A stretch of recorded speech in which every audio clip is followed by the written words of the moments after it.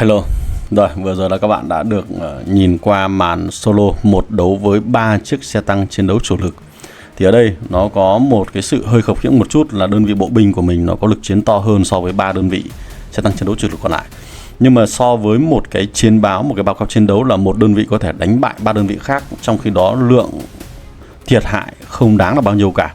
Và chúng ta sẽ cùng xem cái điều gì làm lên cái sự vượt trội ở trong cái video clip này. Và đây cũng chính là cái nội dung video clip mà mình sẽ đem đến cho các bạn. Đó là làm thế nào để xây dựng được một đơn vị bộ binh từ đầu mà một cách hiệu quả tính đến phiên bản 13.1 tới đây. Ok. Để làm được điều đó thì chúng ta sẽ cùng xem cái cách học tập kỹ năng cho cái lối chơi như thế này như thế nào. Ok. Rồi, cụ thể ở đây trong cái bài kiểm thử vừa rồi mình sử dụng hai cái sĩ quan, đó là cô nàng Dạo Anh Lady Shadow và anh chàng Lưỡi Kiếm Nổi Loạn. Đây là hai cái sĩ quan mà vừa mới xuất hiện ở phiên bản 13.0 rất mới vừa rồi. Và Dạo Anh là một trong số những sĩ quan rất tiềm năng mà xuất hiện rất nhiều ở trong các video clip mà mình đã cung cấp cho các bạn. Rồi, thế thì điểm mấu chốt của hai sĩ quan này và cái lối build này đó là mình học tập kỹ năng chuyên về sát thương, kỹ năng tấn công bằng kỹ năng của các sĩ quan cho hai cái sĩ quan này. Cái thứ nhất là mình học tập một cái kỹ năng là giảm kháng sát thương của kẻ địch, giảm phần kháng sát thương của kẻ địch đi 15% của cái cô nàng pháo binh vừa mới xuất hiện. Đó, thì cái kỹ năng này nó sẽ giúp cho cái kẻ địch của chúng ta mềm hơn, để từ đó là cái đơn vị bộ binh của mình có thể gây ra được nhiều sát thương hơn. Kỹ năng thứ hai là một kỹ năng rất cơ bản của cô nàng Anh Hùng Nhân Dân là tăng cường sát thương kỹ năng 25%. Cái này các bạn hoàn toàn có thể kiếm được ngay trong những giai đoạn đầu của trò chơi.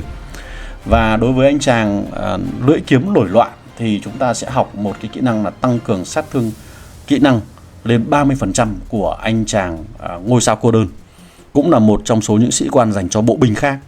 Và một kỹ năng cân bằng, đó là kỹ năng tăng cường sát thương kỹ năng sĩ quan 15% và kháng sát thương kỹ năng sĩ quan 15%. Các bạn hoàn toàn có thể thay cái kỹ năng này bằng kỹ năng của anh chàng Lãng Khách Tương Lai, nó cũng có một cái hệ số tương ứng, đó là tăng cường sát thương kỹ năng sĩ quan.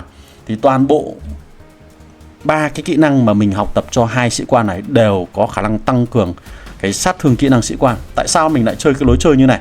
Thì trước tiên là chúng ta hãy cùng xem cái kỹ năng của cô nàng Dạo Anh. Đây là một cô nàng có khả năng gây ra được lượng sát thương là 1800, cộng với lượng sát thương có thể gây ra cho các mục tiêu đứng xung quanh trong vòng một ô lưới nữa, lên đến cái hệ số là 360 nữa, dành cho một cái hệ số gây ra thêm này. Đó. Chưa kể là các cái kỹ năng của cô nàng này có khả năng tấn công rất mạnh. Đây là tăng cường kỹ năng sát thương kỹ năng sĩ quan này lên 20% nữa này. Đó nha. Ok.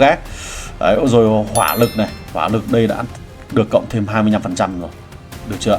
Rồi, đối với anh chàng kia Lưỡi Kiếm Nổi Loạn này, chúng ta cũng vậy, cũng có khả năng gây ra được một lượng sát thương kỹ năng sĩ quan là 1800, đồng thời anh ta có khả năng gây ra một cái hiệu ứng nứt giáp. Và khi có đối tượng bị chịu cái hiệu ứng nứt giáp này thì chúng ta sẽ có được giảm kháng sát thương đi 20% trong 7 giây, kết hợp với khả năng giảm kháng sát thương của cái sĩ quan này 15% nữa trong 4 giây. Như vậy là nó có khả năng giảm được kháng sát thương của đơn vị mục tiêu đi rất nhiều, lên đến 35% kháng bị giảm đi. Điều đó nó khiến cho cái mục tiêu của chúng ta nó yếu hơn rất là nhiều. Rồi, đây nữa là tấn công thường, rồi kháng đòn tấn công thường. Tổng sát thương từ đòn tấn công thường là 25% này, cộng với thêm của cô nàng này nữa 30% lên đến 55% đòn tấn công thường. Bộ binh nó cào rất khỏe. Ok. Rồi đây là lại có khả năng tăng cường sát thương cho các đơn vị là xe tăng nữa, cho nên là chuyên về tấn công về xe tăng rồi, cho nên là không có việc gì phải bàn cả. Ok. Đấy. Chưa kể là cái sĩ quan này nó lại còn có cơ hội giảm cái phần chuẩn bị kỹ năng sĩ quan đi 0,5 giây, tức là nó sẽ giúp cho cái đơn vị của chúng ta, giúp cho các cái sĩ quan của chúng ta tung ra các lượng sát thương kỹ năng sĩ quan nhanh hơn. Nhanh hơn, cứ mỗi 2 giây nó lại có cơ hội là giảm 0,5 giây. Như vậy với 8 giây, tức là nó được giảm 4 lần, là tức là giảm đi 2 giây.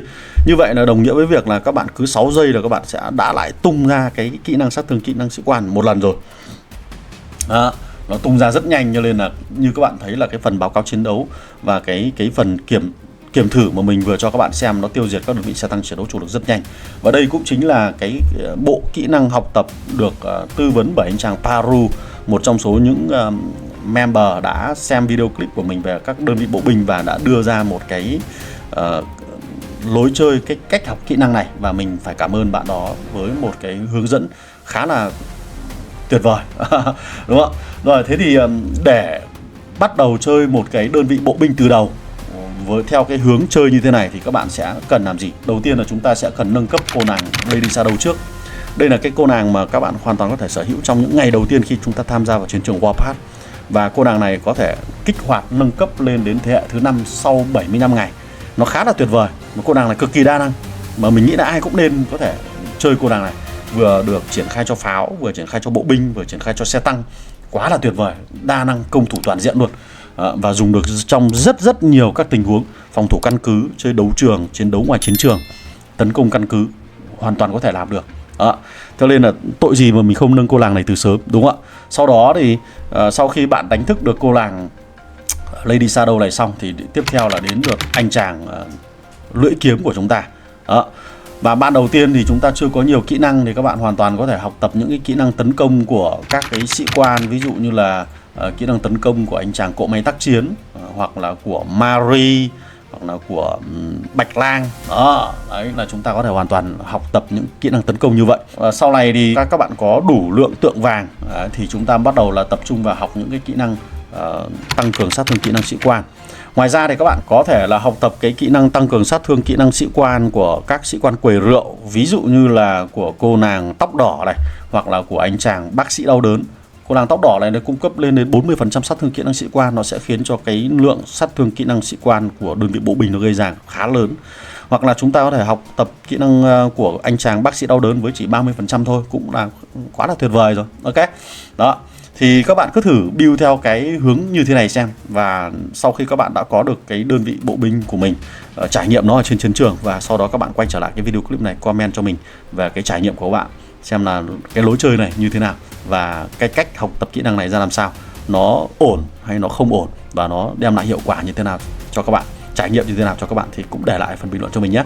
Rồi, còn bây giờ có lẽ là video clip của mình sẽ tạm dừng tại đây. Và nếu như các bạn có bất cứ một câu hỏi gì về các đơn vị bộ binh hoặc các cặp solo, các cái bài kiểm thử, thì cũng để lại ở phần bình luận để mình sẽ bố trí thời gian làm cho các bạn. Và đừng quên để lại cho mình một like, share và subscribe channel của mình nhé. Còn bây giờ chào tạm biệt và hẹn gặp lại các bạn ở trong các video clip tiếp theo. Goodbye.